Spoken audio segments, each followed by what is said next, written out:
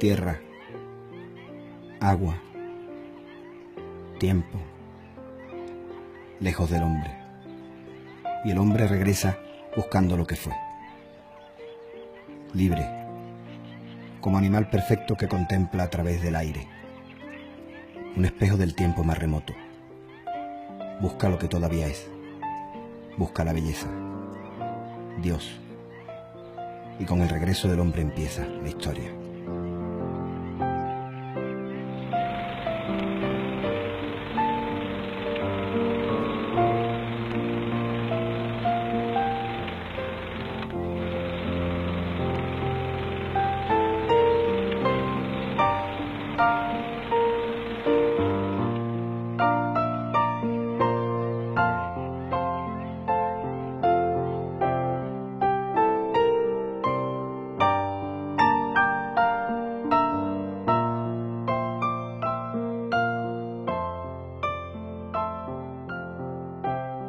Siempre se vuelve a los sitios que uno lleva adentro. Después de muchos años volví a Doñana, el paisaje de mi infancia. Queremos saber quiénes somos. Para mí, la respuesta estaba en los arenales y marismas donde me crié, y también en su gente. Doñana me llamaba. Me escapaba de una ciudad dormida, de una ciudad en tregua. Me escapaba de lo que yo no era. Iniciaba un camino hacia lo que un día fui. Un camino incierto hacia mi memoria, un camino que todos, antes o después, tenemos que emprender. Había decidido cruzar el río por Coria y llegar a Doñana por el norte, por los caminos de la marisma, lejos de la autopista y de la gente. Pero me encontré con un rocío que regresaba. Me vi a contracorriente, una vez más. Cruzar el río era pasar al otro lado, pero aquellos rocieros venían de otro lugar. Yo buscaba la soledad. Y en ella, el territorio del mito, el territorio de la infancia, el lugar donde se esconden los sueños, aunque no se cumplieran.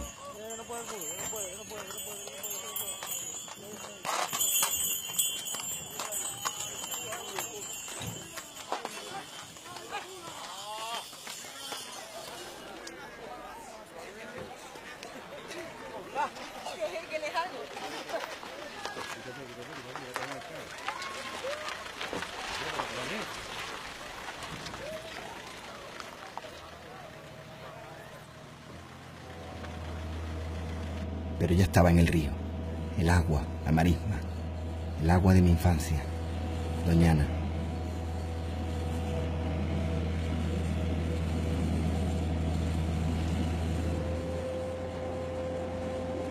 Yo conocí un paisaje puro. Ahora me acercaba con miedo. Sabía que algo había cambiado. Quizás el Doñana que conocí solo existiera ya en mi memoria.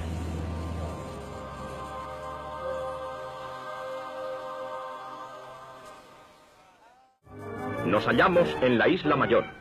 Sobre las marismas pesan la soledad y el silencio. La mirada se pierde en un horizonte infinito.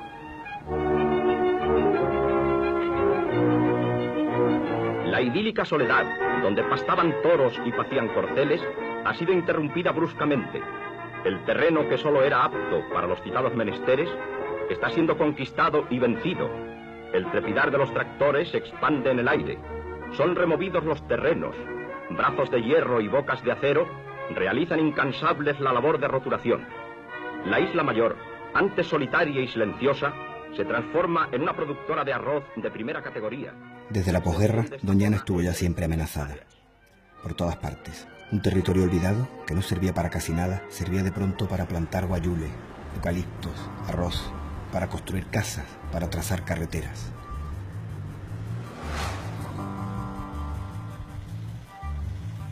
Me rodeaban los campos de arroz. Todo lo que había sido marisma de Doñana era ahora un paisaje vacío.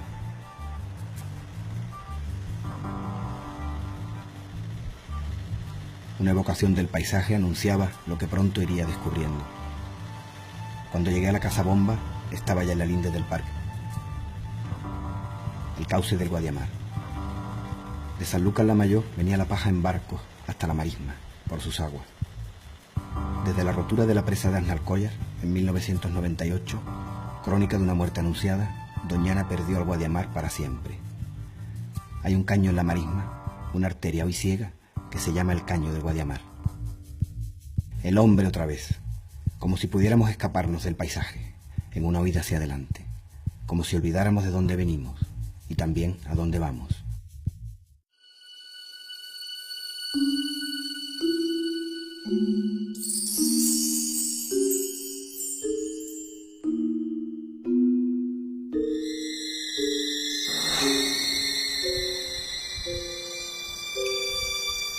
Pero a veces hay hombres iluminados, hombres solos con la fuerza suficiente para que triunfe su idea. Gracias a ellos, algo quedaba del paisaje de mi infancia.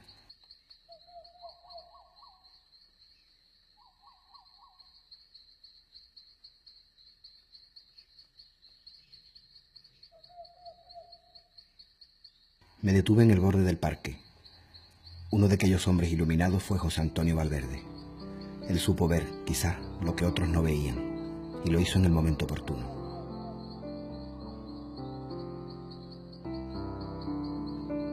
En principio tuvimos ayudas particulares, luego empezaron a sumarse ayudándonos grupos de ornitólogos, asociaciones ornitológicas, y con el tiempo me vi obligado a hacer una especie de patronato, de comité que dirigiera aquello, y el comité decidió por su cuenta transformarse en una organización que fue el World Wildlife Fund, que se encargaría en adelante de buscar fondos para cualquier otro proyecto similar al mío.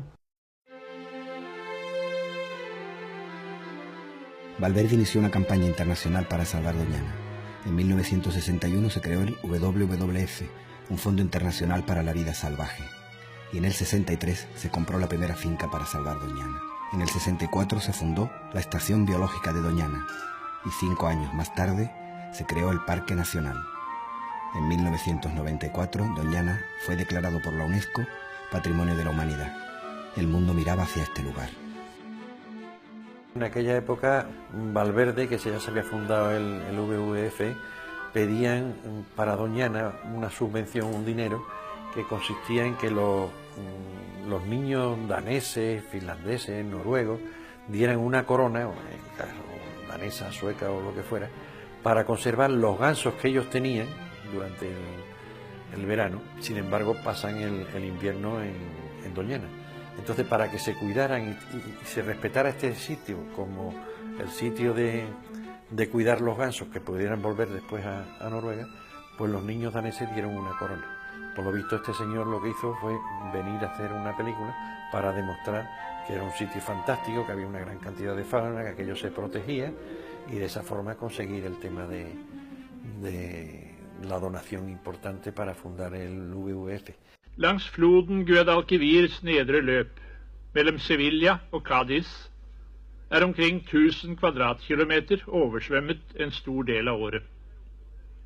Fremdeles området ren villmark og et eldorado. Lederen for de vitenskapelige undersøkelser i marismas, den kjente ornitolog dr. Antonio Valverde, uttalte i en samtale jeg nylig hadde med ham, men først vil jeg gjerne gi en liten reiseskildring.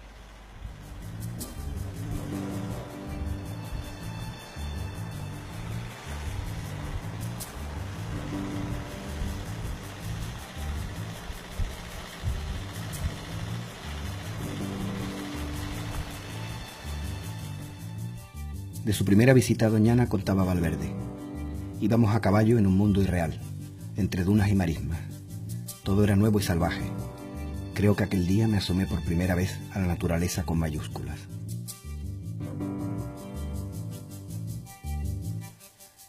Ahora, aquello parecía otro monumento a un paisaje desaparecido.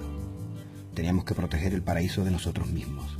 Parecía que estaba metido en una jaula, más allá de aquel mundo que conocí, mucho más allá.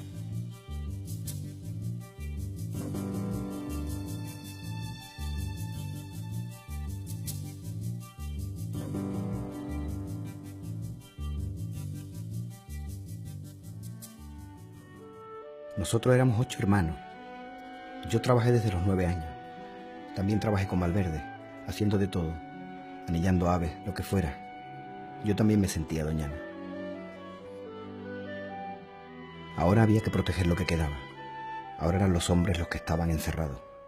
Y los animales también. No sabía muy bien qué es lo que nos estaba pasando a todos. No sabía muy bien dónde estaba. Todo aquello era para mí un lugar extraño.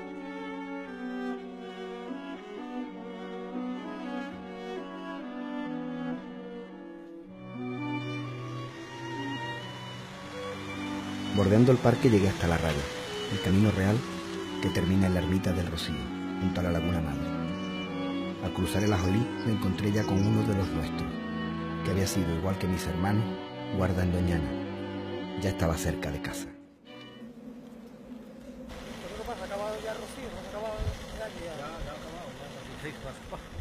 La raya. No había más camino que este trazo en la arena, que se había hecho ya casi un desierto. El contraste con el pasado centró de inmediato nuestra conversación. Había evitado la autopista y me encontraba en una autopista de arena. No respetan nada, ellos van bebiendo y van tirando las botellas, las cajas las dejan donde quiera, a pesar, menos mal el servicio este que hay de limpieza de los caminos. Y eso. El Rocío ahora mismo está que da asco de verlo, a pesar de la cantidad de camiones que han sacado ya de basura. El Rocío que nosotros hemos conocido seguramente ya es el Rocío. No, ya eso se perdió.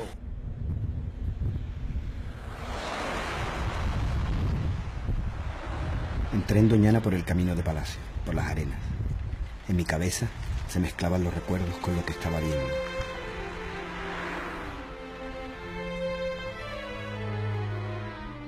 Todo parecía igual, a pesar del tiempo transcurrido. Pero algo faltaba en aquel paisaje. Sentí un extraño vacío. Me adentraba en lo que era, para mí, un santuario. Un mundo mágico y lleno de historia. Y lleno de historias personales también para mí.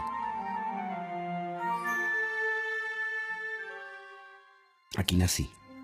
Aquí busco Schulte en los restos de Tartesos en el Cerro del Trigo. Y muy cerca de aquí dicen que está la Atlántida. Por aquí corría yo en verano para bañarme en el mar. Y me embarraba en las charcas, como hacen los abatos, antes de lanzarme a las olas. Libre como el viento. Todo eso era Doñana para mí, y mucho más.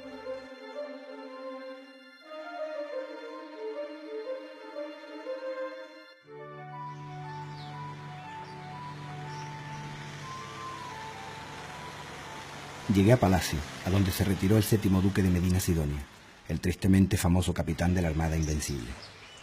Miembro de la Casa Ducal que fue propietaria del coto de Doñana hasta el principio del siglo XX. En Palacio me esperaba Diego López, nieto de guarda, y ahora él, guardia también en Doñana, otro de los nuestros, y marismeño, como yo. Y en él me reconocí al momento. Mi gente seguía igual, menos mal.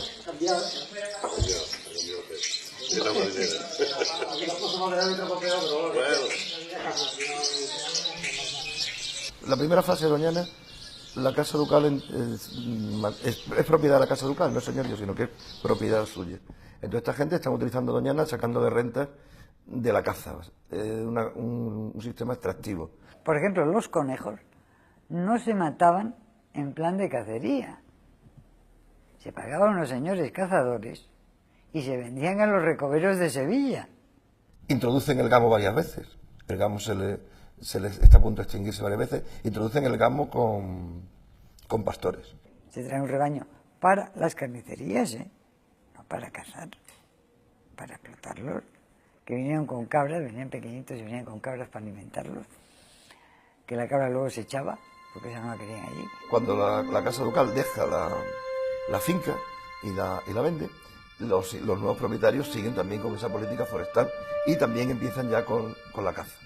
Con una caza, bueno, van a cazar gente de Jerez, burguesía jerezana, y en esas cacerías es donde aparecen ya Chapman y toda esta gente. Y ahí ya empieza el redescubrimiento de Doñana.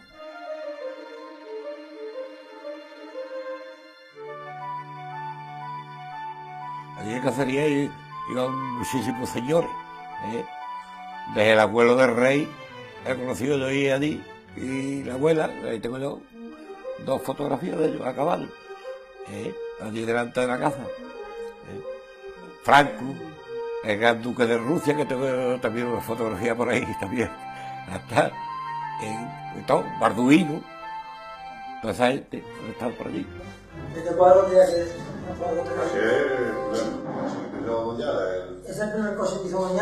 las cosas que cuenta que tuvo por Doñana? Antes de la guerra, sí. Y después los ciervos, los jabalíes y todo eso, el lanceo de jabalí y todo eso. Eso lo hacíamos nosotros allí. Bueno, lo he matado de los jabalí y hería a los caballos. Y yo he matado, vamos, que no era mía, era demetrándome una yegua con 6 años, preciosa. Y le pegó una puñalada de jabalí, le cortó el tendón de aquí de la pata, y la dejó con la pata. Y la maté yo y la enterré. Lanceando a la marija, mira. Sí, yo. Mira cómo, mira. La cara de los caballos. La cara de los caballos. Yo he visto un lince con un balazo dado en los riñones, allí en el palacio, en una montería, y le agarré a la perro y no había un perro que le echara mano.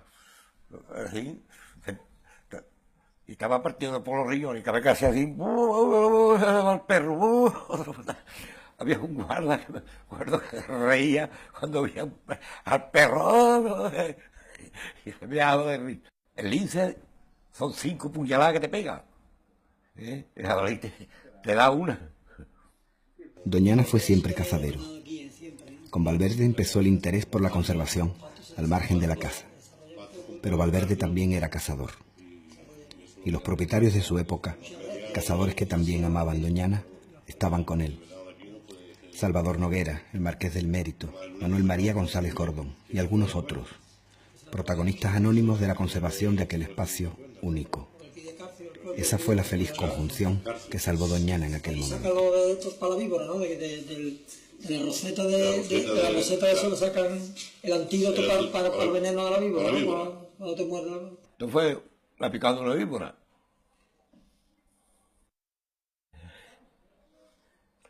Poniendo un cepo para coger un zorro. Y metí un alambre así, para amarrarlo en el tronco de una matita de enebro que había, amarrar el cepo para que no se le llevara el zorro, y le di con el alambre y salió para afuera. La saqué a enganchar el dedo. Antes había 8 o 9 guardas y había 8 o 9 distritos. Y cada guarda era responsable de su distrito. Y usted era el guarda del distrito este, y yo era el de este.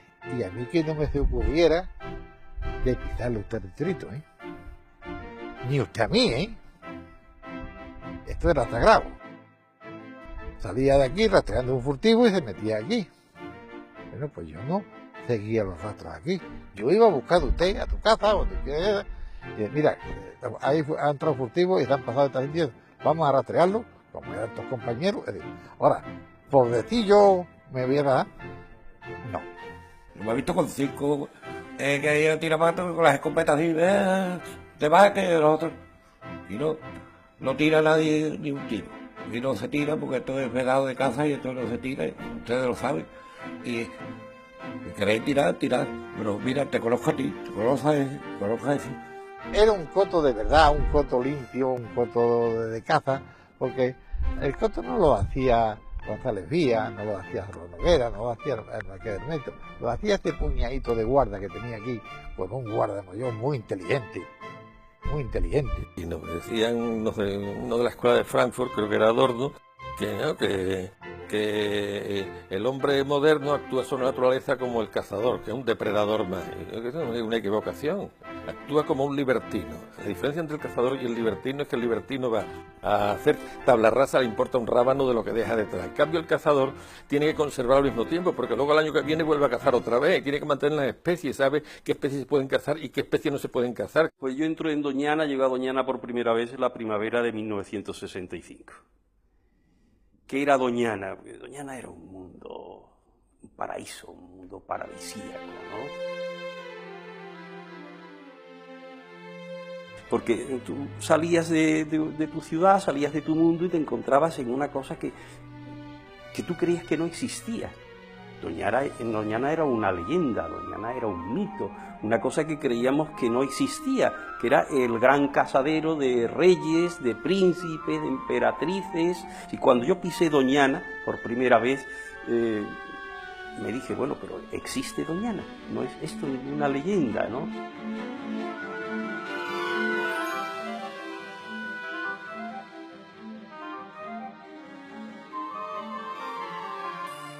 para el que tenía sensibilidad, para el que le gustaba la naturaleza, era para quedarse allí dormido.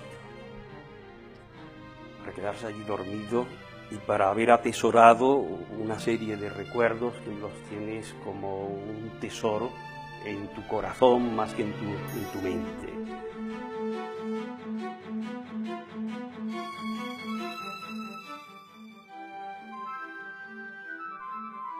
Como Doñana no lo conocía nadie, la forma de engrandecer a Doñana pues sería darla a conocer. Y entonces yo recuerdo muchas veces nos decía, sois vosotros, refiriéndonos a los fotógrafos y cineastas que estábamos haciendo allí cosas, ¿no? Pues los que vais a engrandecer Doñana, porque vuestras imágenes van a dar a conocer al mundo lo que es Doñana. No tenía yo ganas de tener una cámara como esa. Y el tío con la cervecita viene y le da la cervecita, claro. Este es un fotógrafo que vale. Ni high ni nada. Hombre, ya me acuerdo yo, este hombre, sí. Este era el que venía con una bicicleta y se paró en un sitio y le compró unos melones y se comía los melones hasta con la piel. No los pelaba. Había un problema de amenazas sobre Doñana, por ejemplo, de una sequía, y entonces pues los fotógrafos que estábamos allí pues se publicaban en diferentes revistas del mundo, podía ser en Time, en Época, en Paris Match, en lo que fuera, pues una imagen del esqueleto de la vaca en medio de la sequía, y la gente de Europa se horrorizaba. Consecuencia inmediata, pues dinero de donaciones para la WWF o para ADENA o para esto, y que hay que salvar Doñana, que Doñana no sé cuánto. La verdad que, mira, cuando se ven en estas películas y se ve esta densidad de aves, desde luego esta Doñana no es la de hoy en día. Está claro que no. Porque nosotros vamos por la marisma, ya digo, mirando el cielo y el suelo. Por aquí ha pasado un jabalí, por ahí ha pasado un zorro, por ahí ha pasado esto. El zorro es más triangular, se notan las uñas. Aquí está la de baloncillo. El baloncillo es muy parecido al zorro, pero es más pequeñito. Más chiquitita, ¿sí? ¿Esa de cochino de venado? Esta de cochino. Lo que pasa es que no ha marcado el cochino, se identifica mucho porque marca los dos dedos atrás. Aquí en el carril no lo ha marcado bien. No lo tiene marcado. Pero se distingue del venado de que cuando el cochino pisa, abre el casco, está más abierto. El venado pisa como... Sí, el venado pisa más triangular, más cerrado. La almohadilla y los cuatro. Sí. ¿Ese no saca la jarra andando? No, el lince no. El lince marca la almohadilla y los cuatro deditos. El lince se ve. Perfecto. ¿No? Este es un lince grande. ¿Grande, sí? Grande, sí.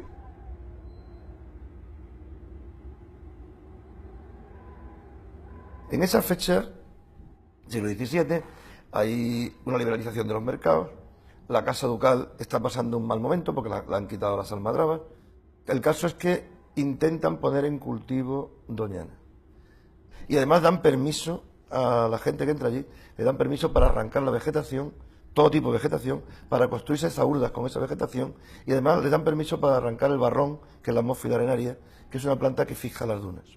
Al arrancar esa vegetación de cubierta que tenía, las arenas estas se desparraman. Hay un enharenamiento masivo en toda Doñana, y eso hace que las zonas altas siguen siendo altas, pero algo más bajas, y las zonas bajas se enarenen. Es decir, las dunas vivas se pusieron en marcha en 1700. Debe ser muy duro el enebro, ¿no? Porque fíjate cómo está el tronco y está vivo, ¿eh? Sí, fíjate. El enebro es el único árbol que no lo coge la duna. No lo coge, va pasando la duna y él va subiendo. Cuando pasa la duna ya hay por ahí enebros que se ven en los pimpollos de las dunas.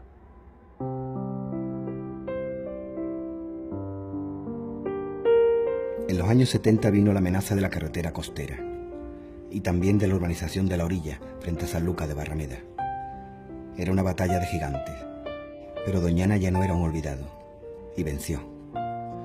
Hasta los años 90 continuó la amenaza de urbanización con el proyecto Costa Doñana. Finalmente también se pudo con aquello. Doñana no era una isla, dependía de su entorno. El acuífero había sido explotado sin control por cultivos y urbanizaciones como Matalascañas. Se resentían las lagunas y los ojos de la marisma. Decían que la marisma ya no tenía ojo, y era la verdad. El agua dulce antes salía escarbando en la arena con las manos. Rezumaba por la costa hacia el mar. El agua, la sangre de Doñana, se la estaban quitando, cada vez más profunda y lejana.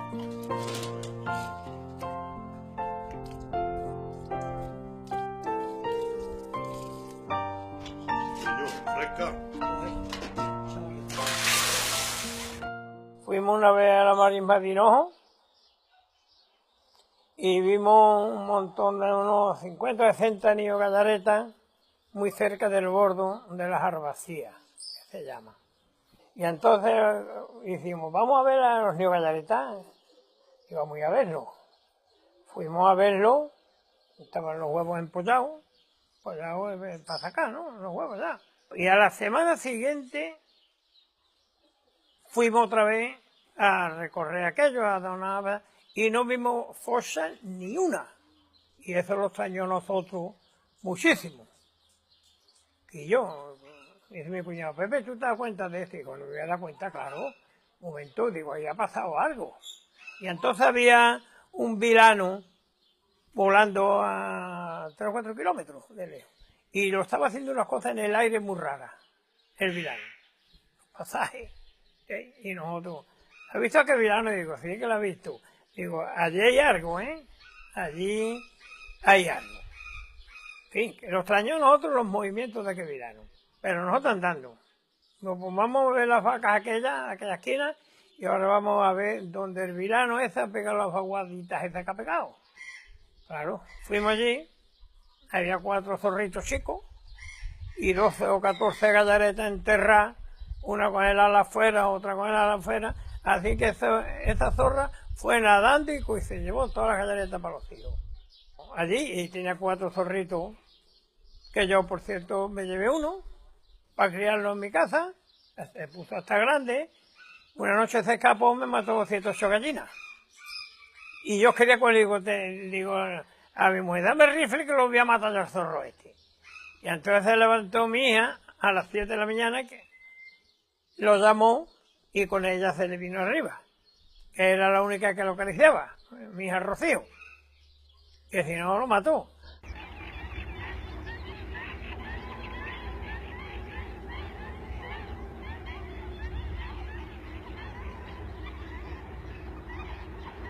La zona de encuentro del Coto y la marisma es la Vera, el encuentro entre dos mundos, donde crecen los alcornoques gigantes de Doñana, bullicio de vida. Y parece ahí arriba nuestros niños. Es por el tema de la gripe. Ah, bien, bien. 3 pollos. 3 pollos. Oh. ¿Ese es macho o hembra? No. Nada más que cuando copula. Esto es como una ciudad dormitorio. Porque fíjate tú, en 2 árboles crías. Si allí hay otro milano negro que está en aquel nido de allí enfrente. Ahí arriba en la copa está el real. Aquí el pato. El otro negro suele criar un cernícalo ahí. Y aparte la cigüeña. Porque si te das cuenta y aprecias, hay muy pocos árboles. Si árboles que tengan un porte bueno para la reproducción. Entonces, claro, el siguiente está allí enfrente, el otro está allí enfrente. Entonces, claro, la densidad de aves, de rapaces y de milano y de calzada que hay en Doñana, pues lógicamente conlleva de que los árboles están rizados. Me metí un carro ahí en una plantación y me dice el perito, pues no dice usted nada. Digo, no, porque lo que tengo que decir, como lo diga, voy a molestar. No, dile usted. ¿Usted ve esta arena que ha sacado la barrena ahí, blanca? Esa arena blanca es lustrosa. ¿Y usted ve esa matita que está ahí tan chiquitita que apenas se ve de cordoncillo? Dice, sí. Digo, pues esa mata no se cría en ningún sitio, nomás que donde hay salitre. Y donde hay salitre no se cría el alcornoque. Y ahora se lo pongo usted en prueba. ¿Usted ve aquellos árboles que están allí? Sí. Este que es el 300 tanto. ¿Usted ve aquel árbol que está allí solo? Sí. Aquí es el 388. Usted ve que está allí, aquí es el 327. Usted ve ese que está ahí, el 329. Usted ve estos que están aquí en la espalda, el 346 y el 347. ¿Sabe usted? Y usted ve ese solo que está allí, puede ser el 362. ¿Y usted sabe por qué está allí? Porque allí hay una manchita junquera, el medio de la mancha. Y yo le voy a decir esta cosa. Toda esta plantación que usted está haciendo aquí va a estar viva mientras que la esté regando. Al año que la deje de regar, al año siguiente, le tenéis que meter motosierra. Y entonces yo le dije, mire usted ahora ha estudiado, yo sé que usted es ingeniero y usted estudió una carrera fabulosa. Yo no he entrado por la puerta de un colegio en mi vida porque no le he visto entrar, porque yo me he criado aquí y aquí no había colegio. Lo poco que sé fueron porque mis padres me enseñaron, mis hermanos, ¿sabe usted? Pero el mejor libro que yo he tenido ha sido El campo. Y yo he leído El campo. Usted ha leído los libros y yo he leído El campo. ¿Y eso? Pues a todas estas personas nadie vino a preguntarles nada. La arrogancia crea mucha ceguera. Y en este caso yo creo que en el parque la arrogancia ha permitido ver la realidad de las cosas. O sea, no ha permitido ver la realidad de las cosas a mucha gente que no hay por qué dudar tampoco de su conocimiento y de su sabiduría. Cuando ya aparece un nuevo conservador, un señor que llega de Madrid, tal y cual, y quiere gobernar aquello a su antojo, y las cosas ya entonces empiezan mal, ¿no? Además, ya el parque quiere poner su propia guardería, los guardas antiguos de toda la vida, que eran los que se conocían Doñana maravillosamente y que la amaban, ¿no? La amaban, la querían porque habían nacido allí muchos de ellos, ¿no? Entonces aparece, bueno, un nuevo antagonismo entre los guardas nuevos que pone el parque, que no conocen nada de Doñana y muchos tampoco conocen mucho del campo, a estos otros auténticos patriarcas, ¿no? Auténticos maestros de la naturaleza. Y empezaron a hacer modificaciones o empezaron a hacer cosas que ellos consideraban que estaban en contra de la conservación de aquello. El cambio es totalmente distinto porque de un coto de casa hace ahora una finca de conservación, pues es todo distinto, el manejo, todo distinto. Perdicera había ahí también. Y en Marimbilla había 4 coleras fijas, ahí. Y la echaron de ahí. Subiéndose. Los biólogos, los pinos, a ver, juegos, esto y lo otro. Y al año siguiente, pues, a otro. Menos. Y vamos, que yo me vine de allí y ya de allí no quedaba ni una cotera. Se lo decía muchas veces. Los que tuvieron ustedes antes en el pino, a ver si ha puesto. Y va a poner y va a sacar los pájaros. Pero a ver si la dejáis. Pero si no la dejan, y después pues, sacaban los pájaros y seguía a pesar los pájaros, el rollo, ¿verdad? Los estudios suyos. Y algunas veces pues, ni le echaba cuenta. Digo, anda, déjalo. Porque yo de los lados para adentro he pasado los mejores días de mi vida.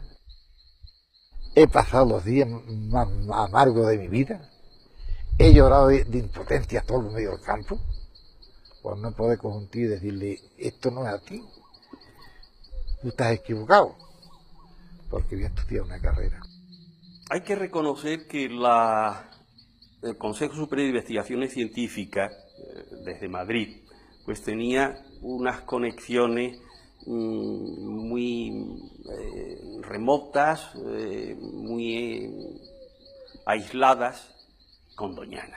En Madrid no entendían por qué allí se necesitaban tantos miles de kilos de cebada al año, ¿no? Cuando se mandaban las facturas allí, bueno, ¿pero esto qué es? Porque ellos no sabían ni siquiera que allí había guardas que montaban a caballo y que su guardería la hacían a caballo. Claro, un caballo pues come mucha cebada al cabo del año, y si tenían 5, 6 o 7 caballos, pues se comían mucha cebada, ¿no?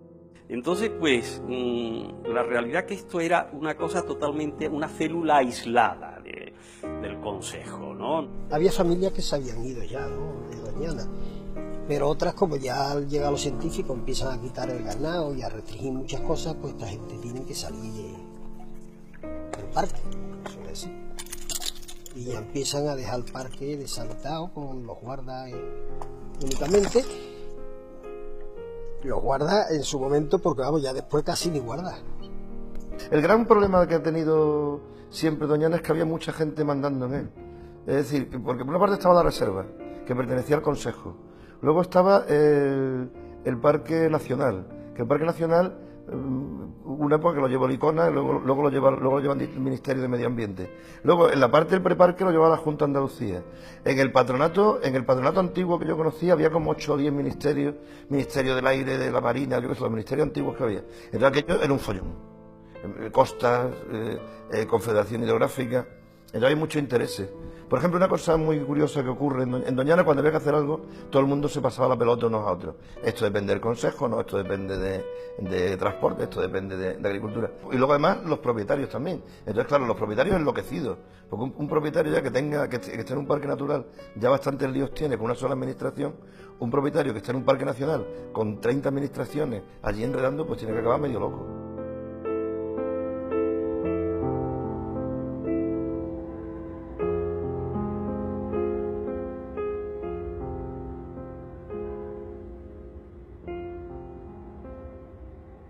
El uso de la quesada con la conservación también ha introducido cambios en el paisaje. Por ejemplo, los pastizales peridunares, como se consideró que el fuego no era una cosa muy natural, se dejaron de quemar los juncales de los bordes de las lagunas y se han perdido los pastizales peridunares, que alimentaban una serie de fauna. Evidentemente los juncales alimentan otras. Los fuegos prescritos, que es la parte que yo había estudiado mucho, que se hacían en Doñana continuamente, se hacían fuegos de media hectárea, de un cuarto de hectárea para rejuvenecer el monte, también se suprimieron. Se esperaba que llegara el mes de octubre o noviembre, ya en noviembre, que caía un par de porrazos de agua, la tierra se enfriaba, y cuando la tierra se enfriaba le decía al guarda del distrito, no al otro, sino al del distrito, mira, cuando quiera le puede dar fuego a la mancha tal y a la bulagata. Esto se hacía antes, cuando ya llegó el tema del parque, ¿no? Pues ya se dejó de hacer, no sé por qué, pero esto se hacía antes siempre porque cuando se quema es comida para los ánsares, eso le favorece mucho la comida a los ánsares, primero porque le deja el suelo limpio, segundo porque el calor resquebraja el barro y lo deja más blando. Entonces, en cuanto caen 2 goteras, está blandito y sacan la pelota, el rizoma de la castañuela muy bien. ¿Y los ándares dónde han de venir? ¿Por qué? O habrán encontrado otro clima mejor por ahí, o ya no tienen la marisma lo suficientemente limpia y adecuada para ellos. No sé, pero que ya lleva un par de años sin haber los ándares que tienen que haber, o que ha habido otras veces. Hombre, mejor para los animales es la limpieza del monte, no como está aquello hoy, porque diremos que para mí está boca abajo, aquello está boca abajo. Doñana fue un sitio muy importante para los pájaros migratorios, y digo fue porque ya quedan bastante menos especies.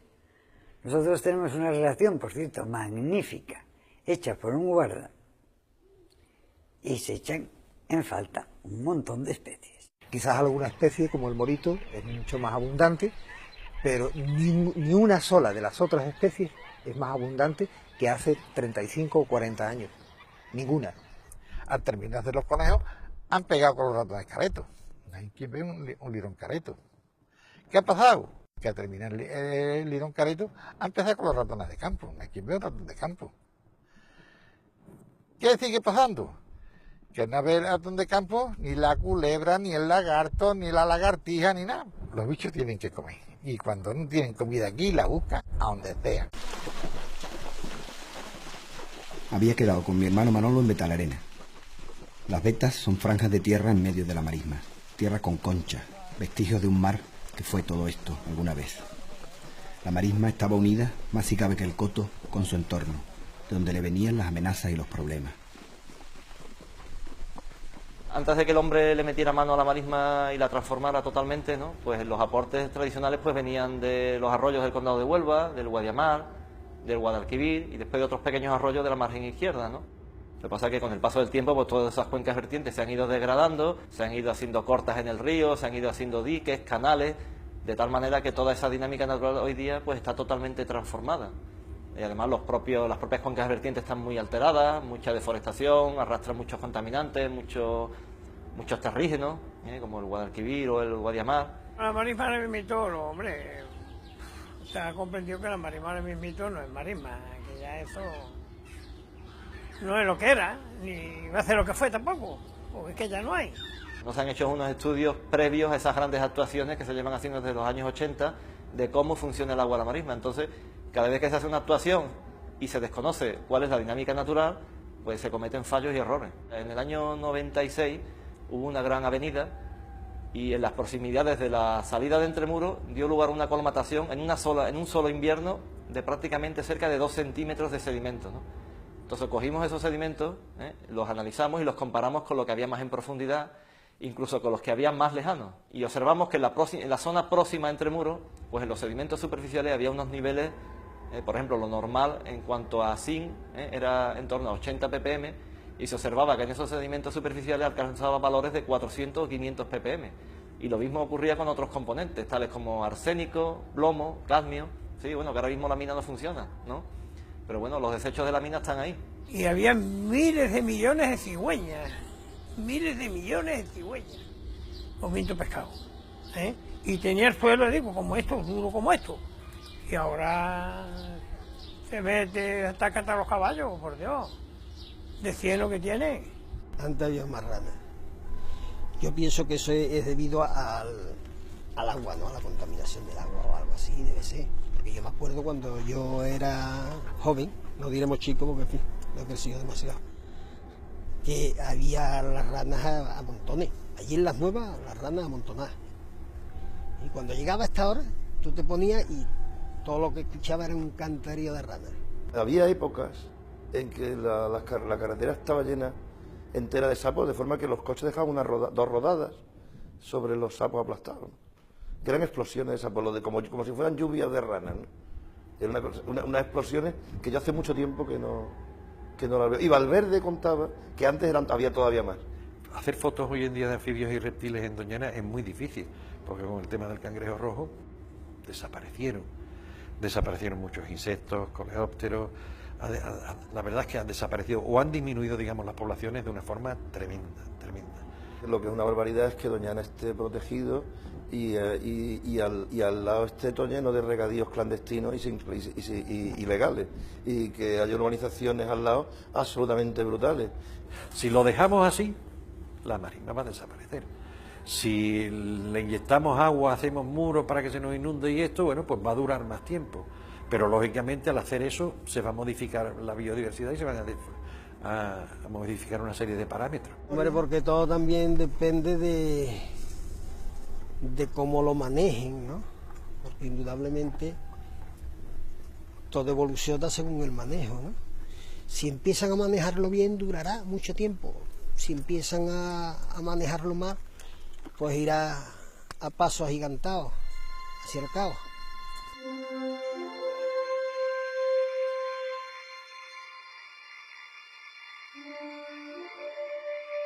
Ahí en el medio de la marisma, en 1905, se hace un palacio, bueno, se hace un gran caserón, que fue el Palacio de las Nuevas. Chapman y Bach, que fueron estos ingleses naturalistas, cazadores, pues ven el interés de esta zona, alquilan la cacería y entonces pues crean este enorme caserón. Y entonces pues evidentemente ellos necesitaban a gente que les enseñara, que les hiciera los puestos, que les dijera dónde tenían que cazar.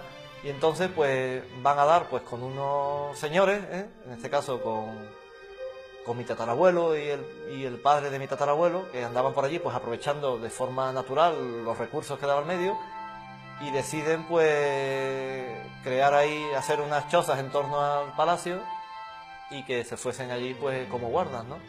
Yo hago ya la cuarta generación, ya aquí en 1880 o así recaló mi bisabuelo por la finca Las Nuevas.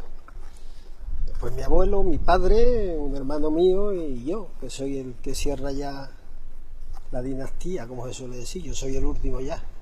Entonces estas personas se convirtieron no solo en habitantes, que tenían que luchar contra una tierra dura, que se inundaba, que el agua les podía llegar hasta un palmo por encima de la pata de la cama, y que estaban a expensas de la gran dureza del verano también, donde esa tierra se ajaba. Yo a veces me tiraba 5 o 6 kilómetros andando para llegar al sitio, porque entonces había poco fondo de dinero y no había para pasarle comer tanto a los caballos.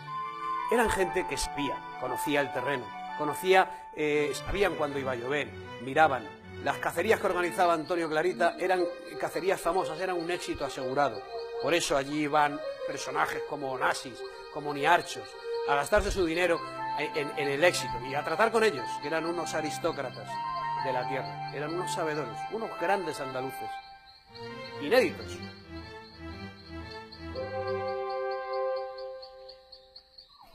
Podía hacer niebla, podía llover, podía hacer el tiempo que fuera menester, pero ellos siempre llegaban al sitio y siempre se hacía el puesto y siempre salían las cosas pues como se tenía programado, ¿no? Y si la niebla era muy intensa y uno se desorientaba, pues se dejaba ir el caballo y el caballo pues te llevaba a la casa otra vez, ¿no? Y entonces digo, para tal sitio, para tal está esto y para tal está aquello. Y me orientaba por las estrellas. Y Estrella Correa he visto yo más que... Si hubiera dinero, como Estrella he visto correr, canta muchísimo de noche. Ha visto 2 patos reales que han hecho al caballo, ¡bom!, se han tirado debajo de la barriga del caballo.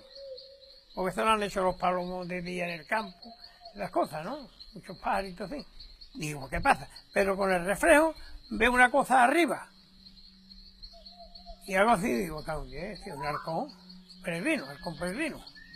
Y dando a ver si se levantaba. Llegó un ratito, se marchó. Hace a los 3 minutos, 4, yo parado, yo no me moví de allí. Yo digo, esto lo voy a yo terminar a ver dónde queda esto. 2 rabugos, me hacen la misma faena. ¡Pum! Al caballo abajo. Hasta que pasó un bandito zarceta, esa corre más. Y ahí perdí la pista, en las zarcetas, porque los halcones cogen los bichos puestos de noche. Sí. Hombre, de día también. En Betalengua vivían los Vázquez, en el Cerro del Trigo vivían los Espinales, Pepe Espinal. Después estaba la Salina, que vivía otro Espinal, hermano de Pepe Espinal. En las Marismillas, en el Palacio de las Marismillas también vivía Espinales, eran Espinales, Juan Espinal y José Espinal. Después vi en el Palacio de Doñana, en el Puntal precisamente vivían los chicos, en el Puntal y en el Palacio, los chicos y los Domínguez. Y después en la Marisma pues hemos vivido nosotros los Claritas, que hemos vivido siempre las Nuevas. En Betalarena vivían otra familia, otro Espinal, casado con una tía mía, hermano de mi padre. Y me divertía ir a hablar con los guardas, que son los que verdaderamente creo que conocen aquello, porque son hijos de sus padres y de sus madres de hace mucho tiempo allí, y son los que de verdad han conocido toda la evolución y los que que conocen. Por eso a veces se permiten criticar las cosas que se hacen porque no van de acuerdo con sus criterios, que son criterios generacionales. Y para mí el marismeño, y concretamente esta familia, son así. Y eso lo da la marisma y lo da la gran disciplina y autoridad que era el padre, que era Antonio Clarita, que era un hombre que se vestía por los pies. Muy conocido y muy querido de todo el mundo, tanto en Sanlúcar y respetado por científicos, claro. Las grandes discusiones que tenía Valverde con Clarita eran todas científicas. Y Valverde no discutía con cualquiera. Y discutía con Antonio Rodríguez Vilaseco porque era un científico. Hubo un año en el cual hubo una plaga monstruosa, que se murieron muchísimas patos, y decían que si era botulismo, que si era yo no sé qué, no sé cuánto, y había guardas que decían, no, es que están comiendo barro, porque no había agua, estaban secos los luces. Entonces había un guarda que era un amigo mío, cogió una serie de patos y se los llevó a su casa y los metió en una piscinita de plástico. Y los patos estaban al tercer día, estaban sanos, de maravilla, porque nada más estaban bebiendo y allí en la piscinita de plástico, así, de chiquitita. Era gente que conocía el aprovechamiento de la naturaleza. Iban a buscar tagarninas, sabían cocinar los cardos, un montón de plantas naturales. Este es un dato, no hace tantos años se cultivaban más de 14.000 plantas en el mundo, ahora creo que ya solo son 1.500. Vamos perdiendo en vez de ganando, cada vez más productos empaquetados, cada vez menos naturaleza, cada vez más enfermedades de las que no se quiere hablar. Antes, cuando yo era pequeño, pues la gente se moría de vieja. De un tiempo a esta parte, el que no se muere de cáncer se muere de infarto. Y para ello no hay que llegar a viejo. 2 hermanos de Pepe murieron de cáncer. Mi familia, un hermano mío murió de cáncer. Mi padre murió de infarto. Tengo varios hermanos más con cáncer. Y es algo inexplicable en un lugar como ese donde el ambiente se supone que es tan sano. Yo antes cuando era chiquitillo, yo cogía las cigüeñuelas, las metía en un bidón. No tenía pan ni para comer y se las echaba las cigüeñuelas, ¿sabes? Mi madre la cogía y la soltaba. Al otro día tenía yo también un negrete, un porrón pardo, ¿eh? Otro llamaba un negrete, que se lleva 4 años viniendo a mi casa, ¿eh? Y entonces no son de Siria, y al año se venía a la choza. Como el Serrán. Ese Serrán eso fue una maravilla, ¿eh? El Serrán ese lo cogí chiquitito, ya en las últimas aguas, le dábamos pescaditos, le dábamos cositas, ¿no? Pues yo iba mucho al Punta, a Villafranco, y entonces ahí se creo, empecé, peleaba hasta con los gatos. Peleaba, salía un gato y le pegaba al gato.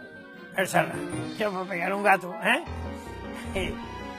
Y con la misma, pues yo iba al pozo que hay en Marilope a darle agua al menos a las vacas de Peralta, porque no estaba mi hijo, porque mi hijo era vaquero de Peralta. Y entonces como estábamos cerquita, pues iba yo ponía el motor. Pues a la moto el Serrán conmigo. Y donde quiera que movía la moto, el Serrán conmigo. Y una vez me fui a quedarme a Carrizosa, que lo conocéis, ¿no? Y en fin, cuando llegué a Betadena, siento el Serrán cantando encima mía. Digo, venga, joder, ¿qué haces tú? Que aquí te has venido y yo no quería que viniera para allá, porque mi cuñado tenía gato. Váyate. Y me quedé en el calito escondido y empezó a darme una vuelta, a ver si yo salía a darme una vuelta. Sí, que me se perdió el cante ya. Digo, pues te has ido por Marilope. Y a medio kilómetro antes de llegar a Carrizosa, el Serrán detrás sintió la moto, el Serrán atrás, vamos, y entonces lo cogí allí de mi cuñado y lo metí en una jaula hasta el otro día. O la moto, tiro por Marilope, el Serrán conmigo. Aquello era una maravilla, de luego, ¿eh? Cuando la gente iban a coger gallaretas a la marisma, yo recuerdo que mi padre, si en las colleras iban alguna cornuda, le decían a los hombres que la soltaran, ¿no? En ese tiempo, pues, ya lo daban como un pájaro extinguido. En el libro rojo de la conservación, pues, lo daban como extinguido. Y yo me propuse sacarlo adelante. Se había dicho siempre que ese animal no se podía criar en cautividad y bueno, el tiempo ha demostrado que no solo ese, sino cualquier cosa que me pongas en las manos, cualquier pareja, porque tiene que ser siempre una pareja, que me pongas en las manos, yo te lo voy a hacer criar, porque creo que les conozco. De otra cosa no sabré, pero cómo interpretar los gestos animales, creo que sí, porque no he hecho otra cosa en mi vida más que observar. Una marisma... Y había furtivos en aquella época, se metían en la marisma y ese Gonzalito, la escopeta atrás, ponía la escopeta por delante y Antonio Clarita le fue ahí, le echó mano así con la escopeta de los altos caballos, iba en el cajón que gastamos para la marisma, y le dio con la escopeta y tuvo que quitar la camisa y hacer la tira y ventarlo y eso, y le quitó la escopeta, y después le devolvió la escopeta. La marisma es un lugar totalmente aparte, en donde las cosas no se saben más que por experiencia propia. Ahí nada puedes aprender por libros, ni nada puedes aprender por imágenes televisivas, ¿no? todo lo que no sea vivir sus noches, sus días, el calor, el frío, el agua, la sequía. Como no hayas vivido todo eso, no puedes entender la marisma. Y ese es el gran error del Parque Nacional ahora mismo, ¿no? Pues yo he conocido 30 años un nido de águila siempre sacando en el mismo sitio. Y había dos chavalotes que estaban haciendo carbón allí al lado, que viven los dos. La amarraban a la mañana temprano, se subía, porque era un pino de esos enterrado en la arena, la copa, amarraban los picos para que cuando le trajera la madre de conejo o lo que quiera que fuera, no se lo comieran. Claro, la madre le daba 3 o 4 viajes, pues le cogía un par de conejos, 3, o un par de gataretas, o un pato, o que fuera, le soltaba el pico. Y al águila al año siguiente sacaba allí otra vez. El patero se volvía a casa con 200 patos, que había tal riqueza que, bueno, que aquello no era una injuria, una fechoría de la naturaleza. Lo que sí fue es lo que vino después, y la matanza masiva. Y había muchos vilanos, ni víbora, ni culebra, ni lagarto, ni hay nada. Ahí mismo ha habido un encuentro, una sabiduría de subsistencia muy grande. Y estas familias han sido un ejemplo que de algún modo se ha quedado inédito. No se habla con propiedad de ellas. Sus casas, que podrían haber servido de ejemplo para breves excursiones, o aunque sea para esto, para documentales y para mostrarlo, pues son santuarios de la subsistencia.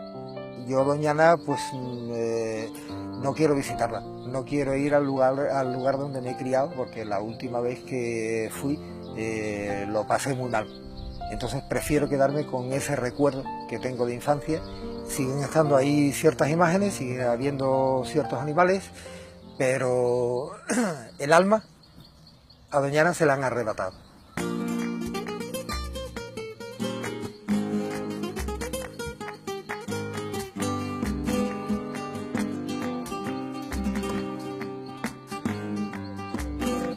Si no se me parte el palo, la otra tarde en la marisma.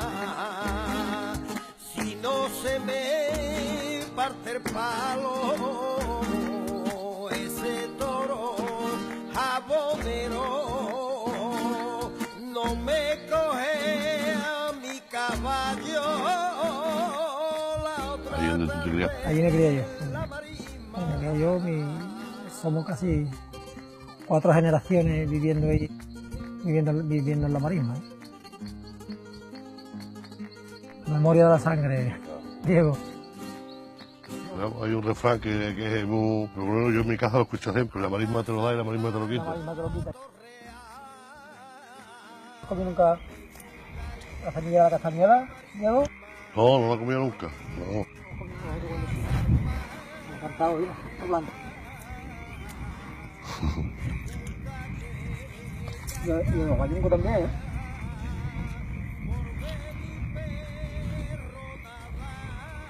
Tiene mucha vegetación la marisma por abajo, ¿eh? El agua está limpia y está... Joder, agua clara, está agua clara. Está bastante clara. Los años que el agua está sucia tenían poca vegetación, este año tiene mucha vegetación. Esta es la comida de los pájaros, los gallaretos y todos los pájaros. Mira cómo están los gallaretos nuevos. ¿Escucha? Sí. La San Antonio, la que dicen, ¿no? La San Antonio. La San Antonio, pero es chiquitita, ¿eh? No,